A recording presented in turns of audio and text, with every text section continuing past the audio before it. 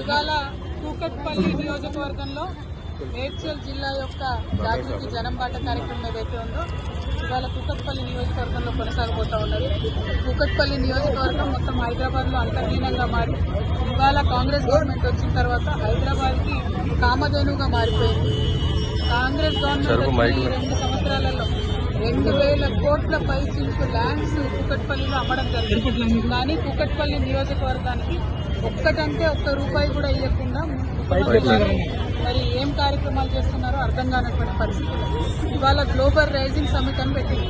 కానీ ఒక్కసారి కూకట్పల్లి నియోజకవర్గానికి వచ్చి జేఎన్టీ దగ్గర ఉన్న ట్రాఫిక్ వచ్చిన హౌసింగ్ బోర్డు కాలనీ ఏషియాలోనే అతిపెద్ద కాలనీ, అక్కడ లేనటువంటి వసతులను చూసినా, తక్కువ ఉన్నటువంటి హాస్పిటల్స్ గవర్నమెంట్ చూసినా, ఇంత పెద్ద కూకట్పల్లిలో ఒక్కటంటే ఒక్క స్టేడియం లేకపోవడం లేదా, అసలు హైదరాబాద్ గ్లోబల్ సిటీ అని ఇలా చెప్తున్నారు, చెప్పొచ్చా, ఇది కరెక్టేనా అన్న విషయాన్ని ఒకసారి ప్రభుత్వాలు ఆలోచించుకునే విధంగా ఉంటుంది.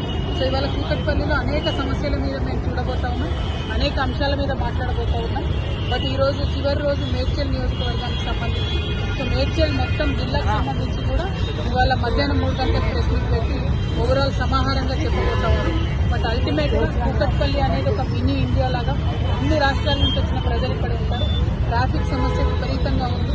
పేదవాళ్ళు కనీసం ఇల్లు రెండు తీసుకొని ఉంటామంటే తీసుకోలేని పరిస్థితి ఉన్నది. అయినప్పటికీ సరైనటువంటి వసతులు లేకుండా ఇబ్బంది జరుగుతూ ఉంది. కాబట్టి కూకట్పల్లి మీద మాత్రం ప్రత్యేకించి ప్రభుత్వం శ్రద్ధ వహించాలి, డబ్బులు ఇవ్వాలి. ఇక్కడ భూములు అమ్ముకోవడం కాదు, ఇక్కడ ప్రజల కోసం కూడా డబ్బు పెట్టాలని గవర్నమెంట్ డిమాండ్ చేస్తాం.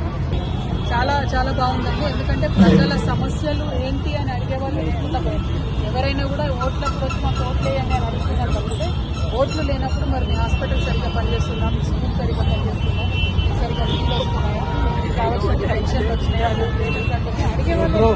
ప్రతిపక్షాలు అడుగుతలేవు, పాలక పక్షాలు అడుగుతలేవు. కాబట్టి తెలంగాణ జాగృతి ఈ బాధ్యతను తీసుకొని ప్రజల దగ్గరికి ఎక్కడెక్కడైతే ల్యాబ్స్ ఉన్నాయి, ఎక్కడెక్కడైతే వసతులు సరిగ్గా లేవు అవి హైలైట్ చేస్తుంది. దాని ద్వారా గవర్నమెంట్ డిపార్ట్మెంట్స్ అన్ని కదులుతున్నాయి. దాని ద్వారా ప్రజల సమస్యలు పరిష్కారం అవుతుంది. సో ప్రజా సమస్యల మీద యుద్ధ పేరియే జాగృతి జనపాలన చాలా అద్భుతంగా సాగుతుంది.